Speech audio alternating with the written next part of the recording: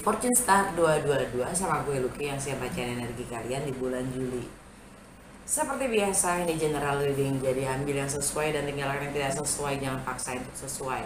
Cross watcher, siapapun kalian yang sedang berurusan dengan Leo, kalian welcome untuk join karena energi kita suka ketukar.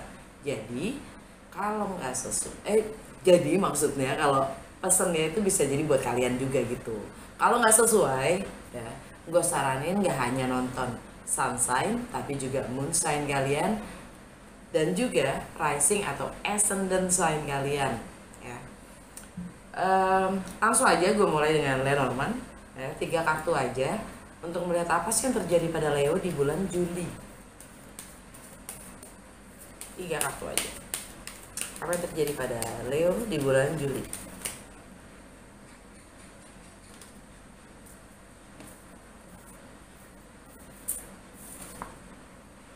Child,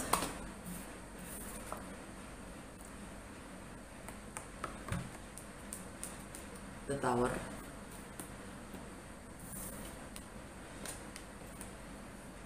Mountain, Under the Deck, Letter. Jadi jantung bacaan kalian adalah the Tower. The Tower buat Lenormand itu tentang institusi yang punya power atau kuasa ya, dalam memberi peraturan, undang-undang, ketentuan-ketentuan, mungkin tentang anak atau ya, seseorang yang jiwanya sangat kekanak-kanakan, dan mungkin itu akan ada rintangan mountain untuk mendapatkan kuasa mungkin ya.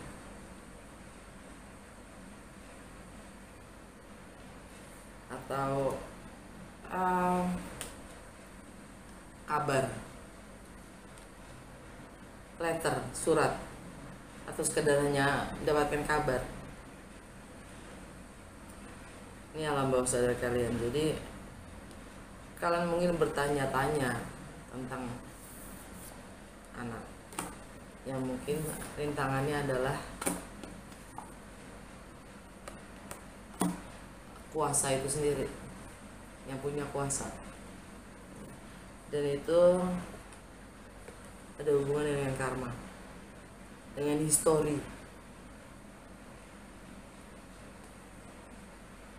dengan resources, sumber daya kalian sendiri.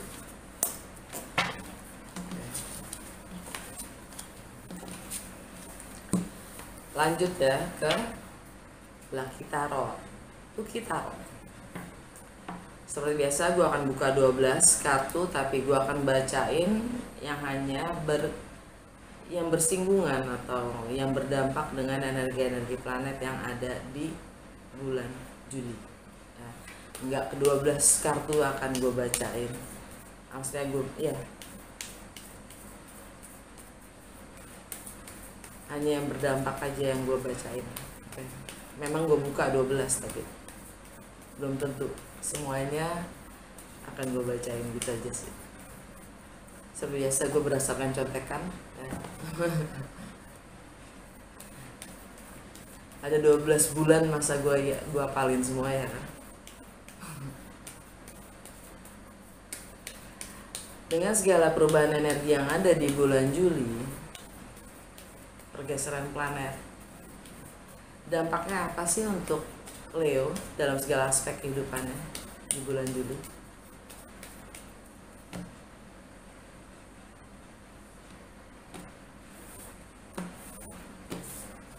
Rumah pertama, the Sun. Rumah kedua, the Moon. Rumah ketiga, the Chariot. Rumah keempat, the Magician. Rumah kelima, the Hermit. Rumah ke-6 Justice. Rumah ke-7 The Wheel of Fortune. Rumah ke-8 The Devil.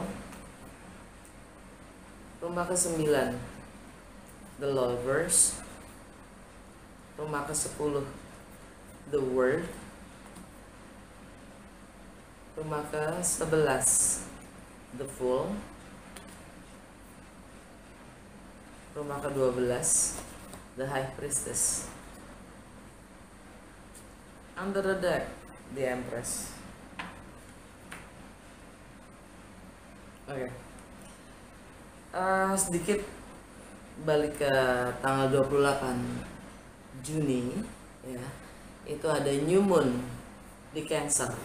Ya, yang mana buat Leo, Cancer itu ada di rumah ke-12 ya. Karena gue bacain Leo, jadi Leo ada di rumah pertama. Artinya Cancer adalah zodiak sebelum Leo. Yang mana ada di rumah ke-12. Habis 12 balik lagi ke 1.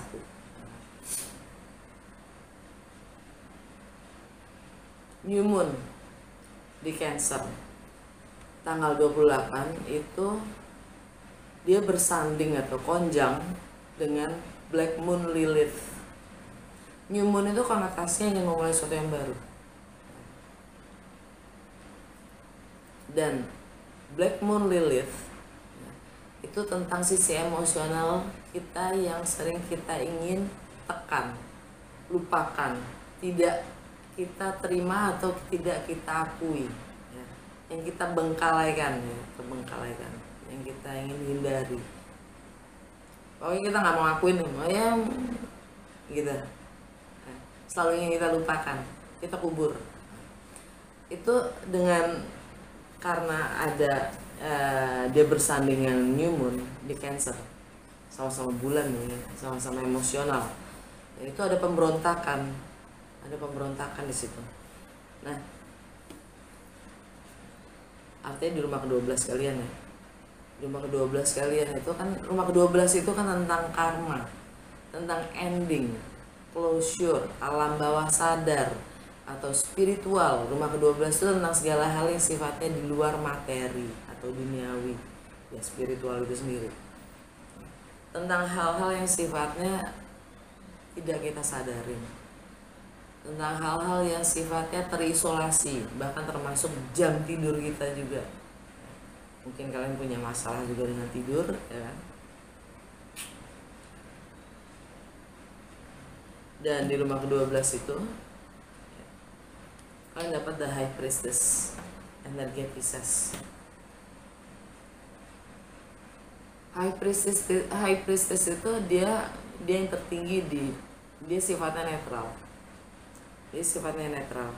Dia cukup mengetahui tanpa berpihak.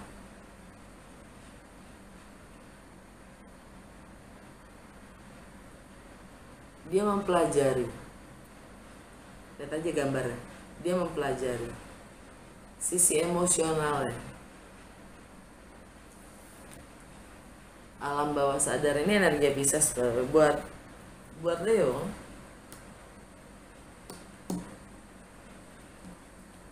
Buat Leo, Pisces itu ada di rumah ke-8. Di rumah ke-8 itu tentang bagaimana kalian berbagi. Hal-hal yang sifatnya milik bersama atau dalam kebersamaan. Bisa jadi properti, bisa jadi warisan, bisa jadi joint venture, bisa jadi insurance, bisa jadi ideologi ya.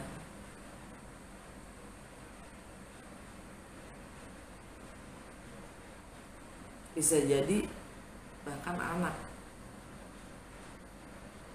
ya. Dan di rumah ke-8 kalian dapat The Devil, energi ya Capricorn. Energi Capricorn. The Devil itu sifatnya nakut-nakutin.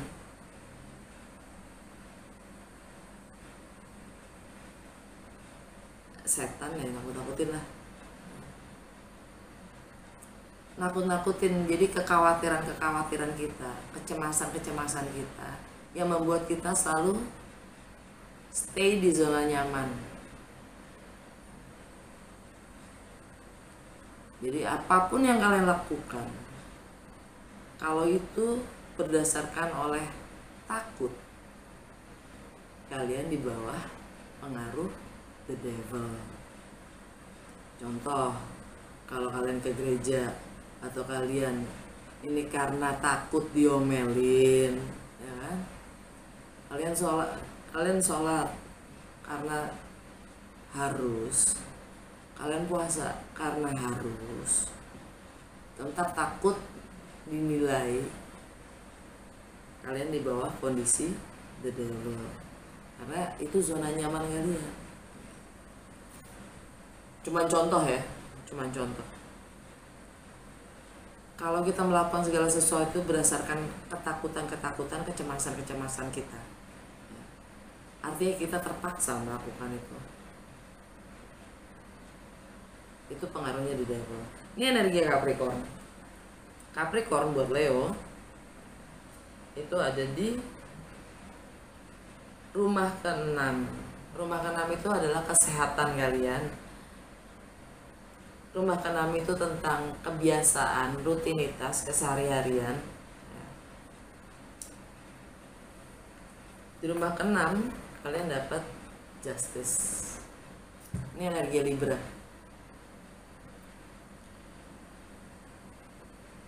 Ada keadilan nggak?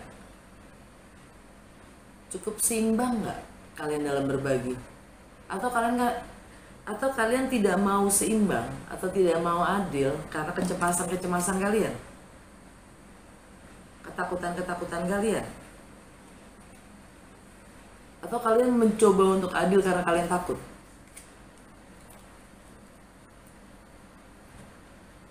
Artinya kalian gak adil. Atau kalian ingin berbuat baik, takut ya kan? Ntar dinilai gini, ntar dinilai gitu, artinya kalian gak baik. Karena baik yang sebenarnya adalah yang natural, bukan karena kalian takut. Dibilang gak baik. Keseimbangan, keadilan, ya, energi Libra. Di rumahnya Libra,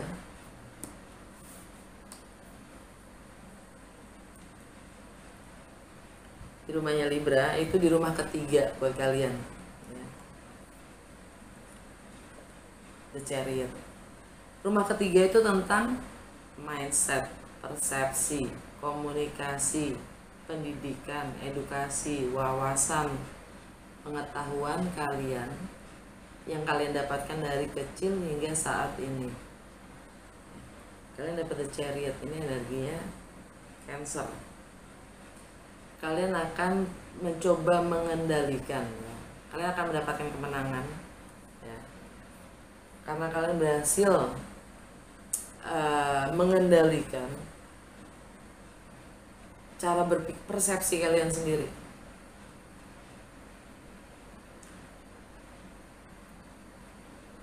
Dualitas dari dalam diri kalian sendiri, terang dan gelap dari dalam diri kalian sendiri,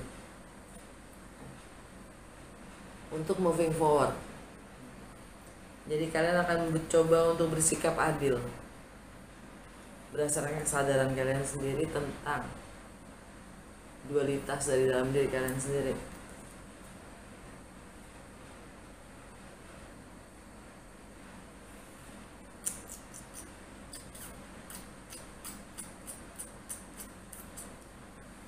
Dan karena tanggal 28 itu juga, ya gue masih berbicara tentang New Moon dan Black Moon Lilith, ya, tanggal 28 Juni. Dan tanggal 28 Juni itu juga Neptune retrograde. Neptune itu tentang visi kita, tentang mimpi kita, tentang idealnya. Direct itu kalau Neptune, ya,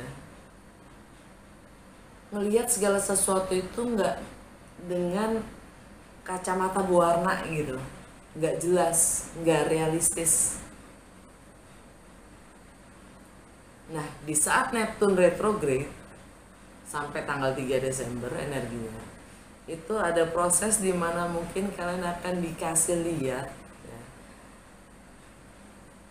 hal-hal yang sifatnya ilusif, nggak realistis, nggak terlalu membumi, nggak terlalu manusiawi gitu ya.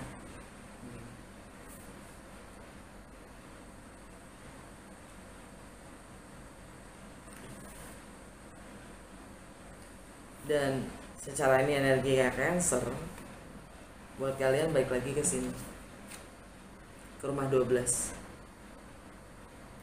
tentang bagaimana kalian memahami alam bawah sadar kalian sendiri, intuisi kalian sendiri, tentang hal-hal yang sifatnya gelap, terkucilkan, terisolasi, terbuang,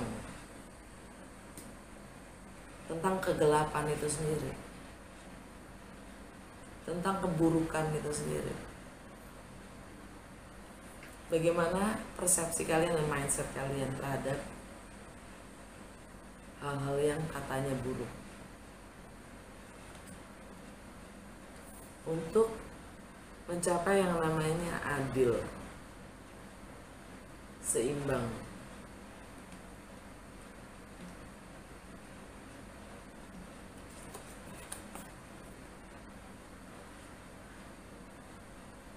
Bukan lagi katanya the devil dalam berbagi, itu berdasarkan kesadaran kita sendiri. Kalau yang namanya kita milikin bersama, ya kita harus berbagi.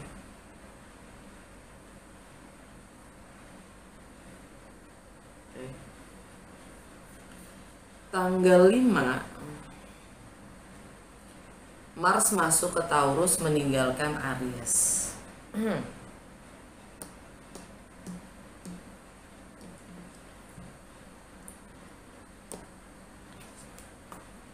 Mars itu tindakan ya.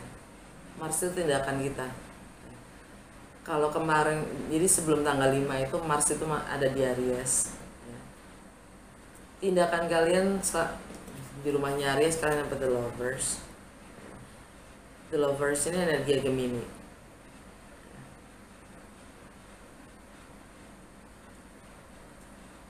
Dimana kalian mencoba untuk di rumahnya Gemini, kalian dapat The Fool. Kalian mencoba untuk memulai sesuatu yang baru ya. Apapun resikonya kalian akan tempuh untuk yang namanya keadilan sosial, rasa kemanusiaan ya, aspirasi kalian terhadap lingkungan sosial kalian ya. Kalian diminta untuk berkaca. Apapun yang kita lakukan pada orang lain, kita lakukan pada diri kita sendiri. Entah itu baik, entah itu buruk.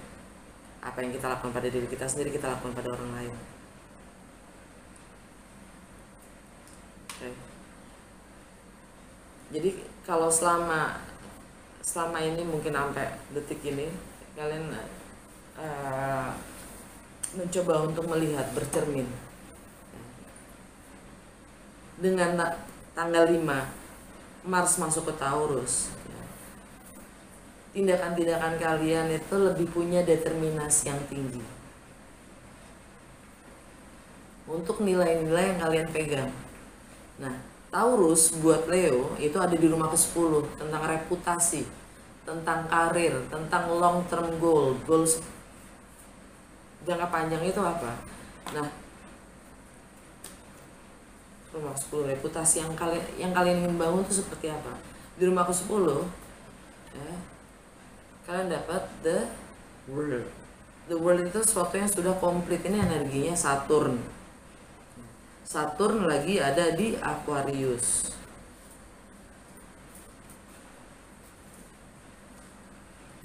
Saturn itu juga karma duniawi. Saturn itu sifatnya membumi segala hal yang sifatnya materi atau duniawi, dia yang membuat peraturan, dia yang membatasi, dia yang memberi limit, membatasi peraturan-peraturan.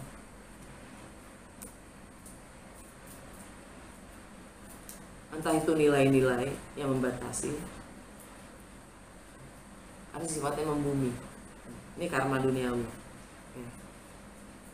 Energi, karena Saturnnya ada di Aquarius, di rumahnya Aquarius buat Leo.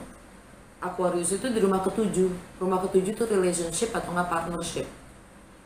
Dan relationship atau partnership itu bisa personal, bisa profesional, ya. Bisa internal, bisa juga eksternal. Internal itu maksudnya relationship dengan diri kita sendiri atau kesadaran kita yang lebih tinggi. Yang jelas, energi itu netral. Kita cuma satu. Kalau kita mulai memberi label, ini personal, itu profesional gitu ya, itu cuma pikiran kita yang memberi label. Kitanya tetap satu. Mau profesional kayak, mau personal kayak. Yang jelas, apapun yang terjadi di dalam, internal, itu akan terwujudkan secara eksternal. Nah, di rumah ketujuh, di rumahnya Aquarius, di mana ada Saturn di situ, ya. Yang mana nih Saturnnya ada di rumah 10 kalian ya, reputasi dan long term goal kalian juga.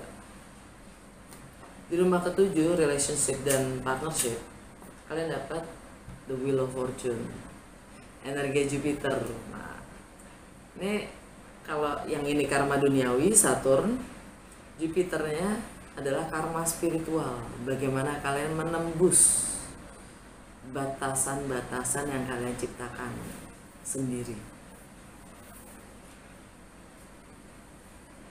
Nilai-nilai yang kalian ciptakan sendiri, bagaimana kalian menembus itu semua untuk mencapai karma spiritual kalian. Menembus batas-batas karma duniawi.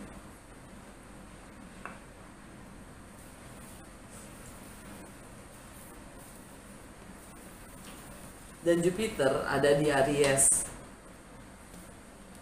Lagi-lagi di rumahnya Aries, itu di rumah 9 buat kalian tentang perbedaan.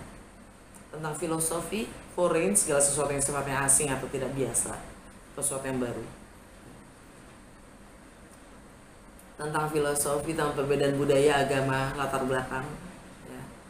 Tentang pendidikan yang lebih tinggi, tentang travel, segala sesuatu yang sifatnya berjarak secara emosional atau geografi, tentang hukum, ya. Kalian dapat di rumah ke-9, di rumahnya Aries, kalian dapat the lovers, bercermin tadi. Apapun yang kita lakukan pada orang lain, kita lakukan pada diri kita sendiri. Apapun yang kita lakukan pada diri kita sendiri, kita lakukan pada orang lain. Bahasanya oneness, kita adalah satu.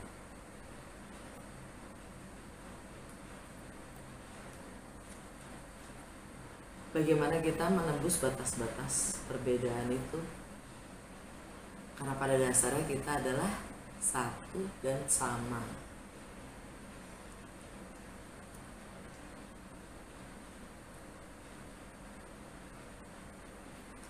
Common sense-nya kita sama. Orang kalau dicubit sakit, ya kan?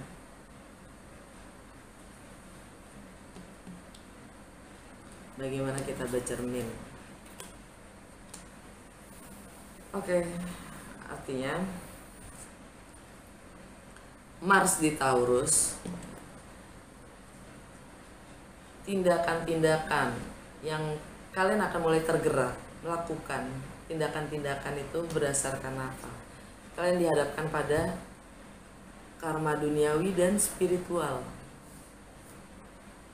melampaui batas-batasan duniawi atau nilai-nilai kalian sendiri untuk mencapai kesadaran yang lebih tinggi.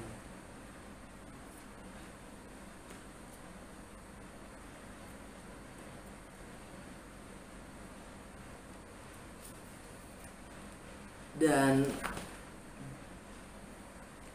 tanggal 5 itu juga bersamaan dengan Mars meninggalkan Aries masuk ke Taurus, Merkuri masuk ke Cancer meninggalkan Gemini.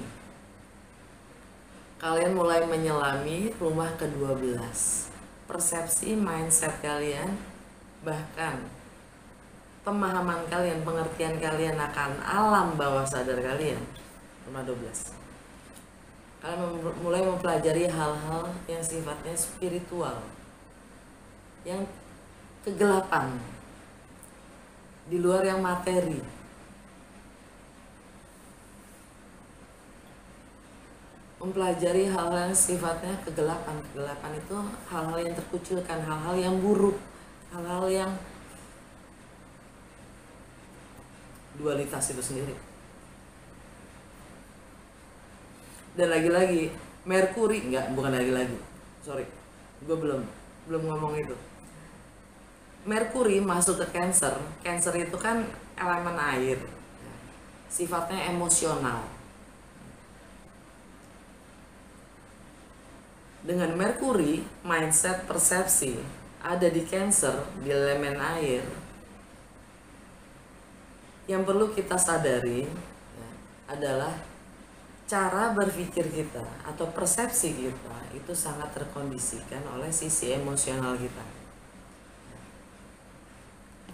Kalian diminta untuk mendalami sisi emosional kalian sendiri yang mungkin kalian sering tidak indahkan. Maksudnya sering gak kalian gubris. Sisi emosional yang kalian selalu ingin lupakan, kalian kuburkan. Lagi-lagi, New Moon di Cancer tanggal 28 bersanding dengan Black Moon di Lilith, sama-sama di Cancer. Kegelapan, sisi emosional, dan apa yang kalian rasa dan apa yang kalian tidak mau rasa. Gitu. Agak berat juga nih Leo. Oke. Bulan Juli ini ya, tanggal 13, langsung kita ke tanggal 13 ada full moon ya, purnama di Capricorn.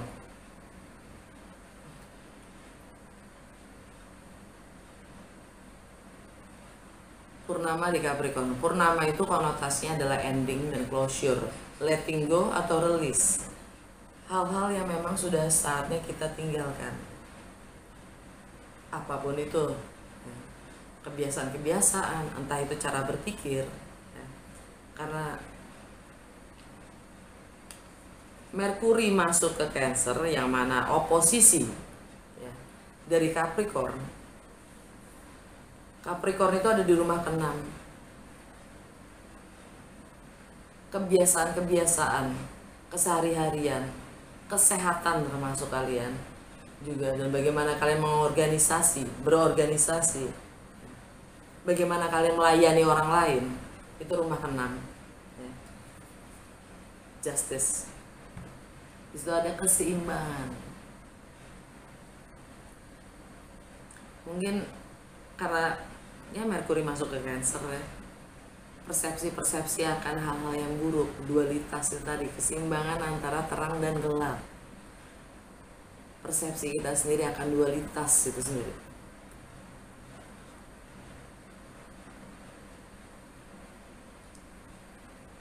Yang kalian akan coba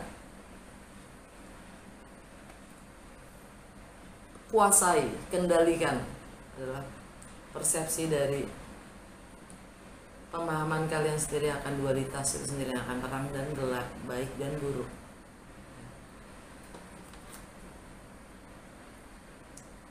Tanggal 17 Venus masuk ke Cancer.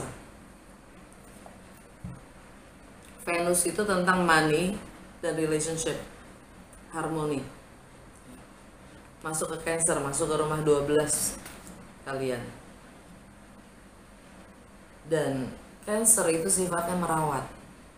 Jadi kalian mencoba lebih taking care of your darkness, Kalian mencoba untuk lebih merawat alam bawah sadar kalian, lebih menyadari alam bawah sadar kalian, ya.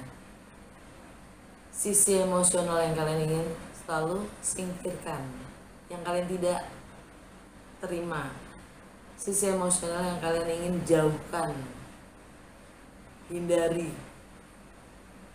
untuk belajar mulai merawatnya juga. Itu adalah bagian dari kalian juga. Mencoba menerima aja dulu. Ouch.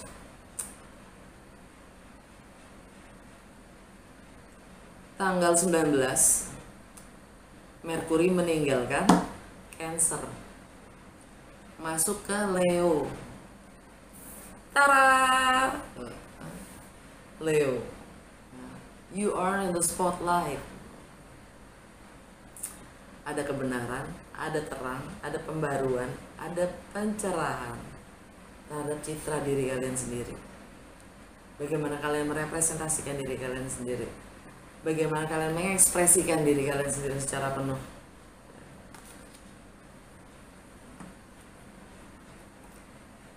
Ada kebahagiaan, senang ya, kesenang gue prosesnya gitu.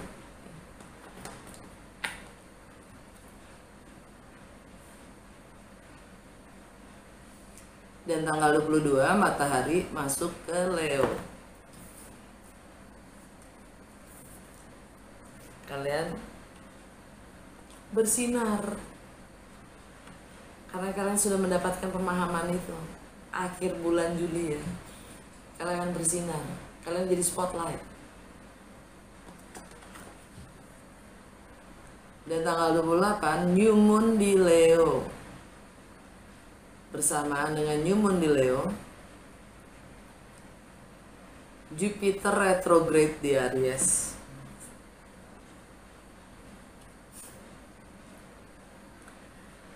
Kurang lebih kalian mulai punya gambaran ya. Jupiter itu planet terbesar di galaksi kita. Dimanapun dia berada, dia akan kasih kaca pembesar di rumah itu. Jadi karena Aries itu ada di rumah ke-9 ya, rumah ke-9 itu lagi-lagi tentang travel atau segala sesuatu yang sifatnya berjarak, entah itu secara emosional atau geografi ya, tentang perbedaan budaya, agama, latar belakang, tentang filosofi, tentang foreign, segala sesuatu yang sifatnya asing, tidak biasa, baru, tentang pendidikan yang jauh lebih tinggi, tentang bagaimana kalian melampaui batas-batas yang kalian ciptakan sendiri. Aries ada di situ, Jupiter ada di situ, jadi dan kalian dapat the lovers, energi Gemini. Kalian akan memulai ya, di rumahnya Gemini ada the Fool. Kalian akan memulai sesuatu yang baru, yang sungguh berbeda ya. Dan kalian akan menempuh apapun itu resikonya, karena kalian sudah paham dengan kata-kata bercermin. Kalau kita sama, oneness, common sense, rasa kemanusiaan itu sendiri. Sekalipun kita berbeda, sekalipun ada perbedaan, pada dasarnya kita sama. Oke.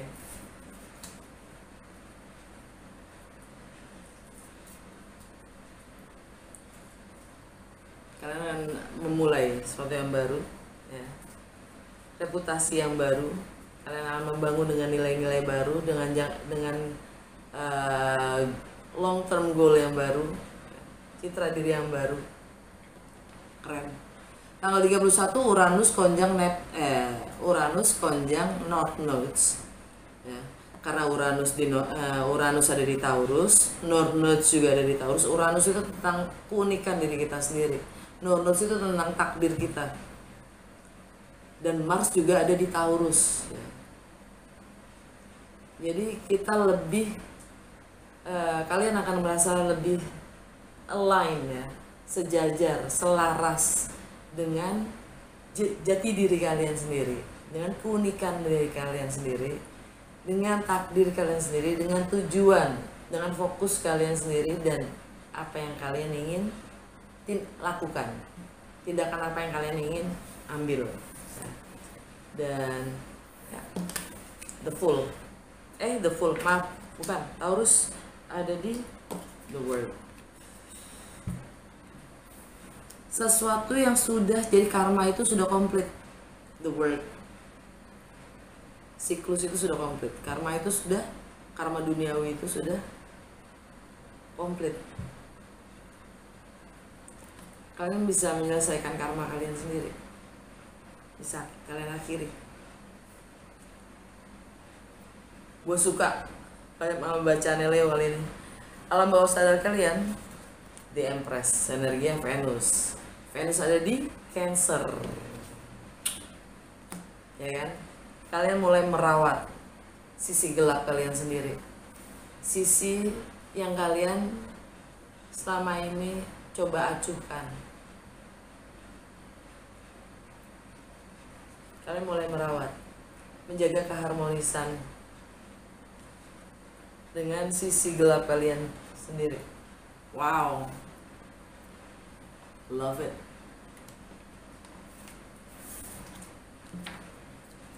Oke, segitu aja dari Lucky Tarot. Lanjut ke apa nih? Universe Tarot. Petunjuk apa untuk Leo di bulan Juli? Satu kartu aja please. Petunjuk untuk Leo di bulan Juli. Satu, dapat dua. Oke.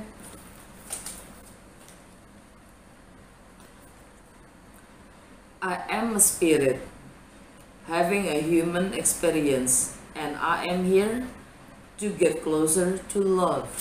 Keren. Saya adalah spirit. Saya adalah yang tak terdefinisi itu. Mempunyai pengalaman sebagai manusia pendaging. Dan saya di sini, saya hidup untuk menjadi lebih dekat dengan cinta. Terakhir, kalian dapat dua. I create mindful moments throughout the day, reminding myself that I am love and miracles are natural. Saya menciptakan momen-momen penuh kesadaran setiap harinya, mengingatkan diri saya kalau saya adalah cinta dan keajaiban itu adalah natural. Cakep kan Leo? Oke, segitu aja, semoga berguna dan bermanfaat. Kalau emang resonate, jangan lupa untuk like, comment, and share.